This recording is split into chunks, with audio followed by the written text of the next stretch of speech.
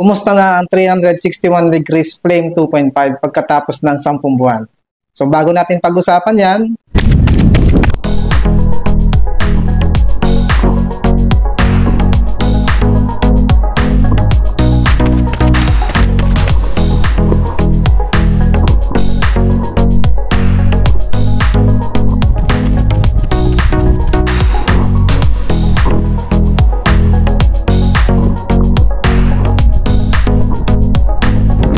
disclosure, itong sapatos na ito ay pinadala sa akin ng 361 degrees official store para gawa ng review.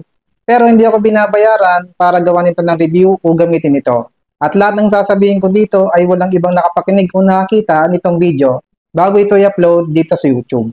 So itong Flame 2.5 ay naka 300 plus kilometer na natatakbo nito. Ginagamit ko ito sa speed run, long run, easy run, at race day. Kasama ito sa rotation ko na pangtakbo kapag meron akong sasalihan na running event para hindi ako manibago.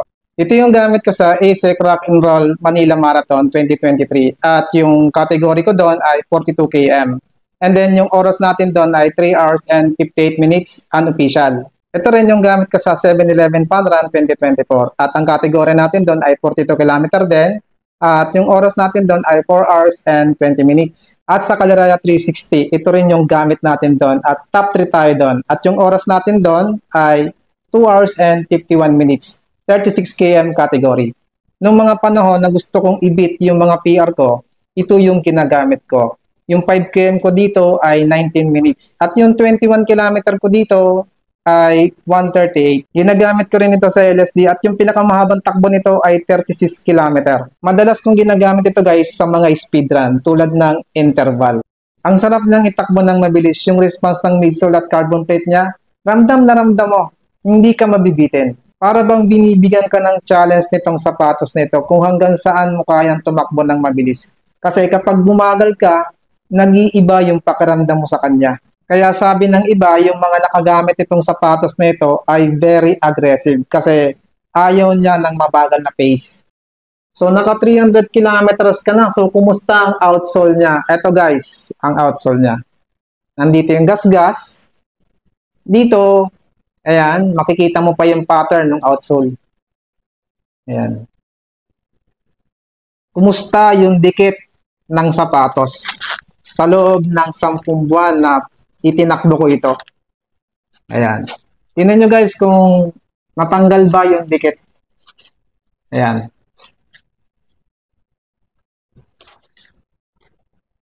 Ayan. Oh. Ayan. Tingnan nyo guys. Dito sa kabila.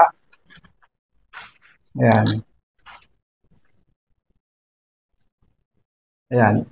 Walang nawalang dikit. Dikit na dikit pa rin siya. Baka naman naputol na yung carbon plate niyan. Ayan guys. Buong-buo pa yung carbon plate niyan. Kumusta naman yung insole niya? O sige guys. Tingnan natin yung insole nito. Kung dumapa na.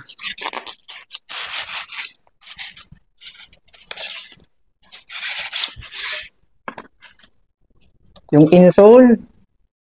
Soft pa rin yung insole niyan. Soft. Ayan.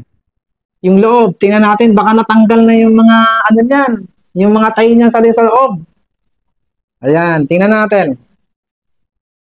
Ayan. Natanggal ba yung tayo? Oh. Tinakbo ko ito ng 10 km kanina nung tumigil ang ulan. At ang sarap pa rin niyang itakbo. Tingnan nyo guys, oh. Tumakbo ako ng mabilis at paikot yung kalsada.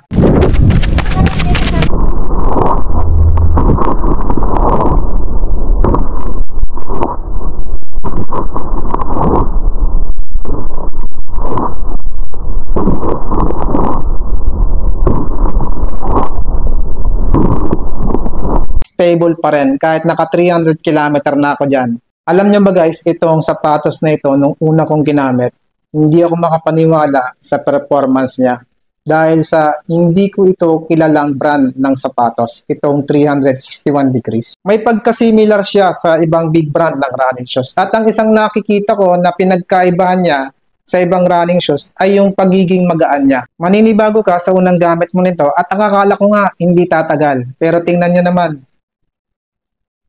So ito na ang huling takbo nitong sapatos na ito. Dahil sa gusto ko siyang i-preserve. At itong brand na to, ang kauna-unahang nagtiwala sa akin. Ngayon napatunayan ko na maayos yung brand na ito at affordable pa. Maraming salamat and run safe.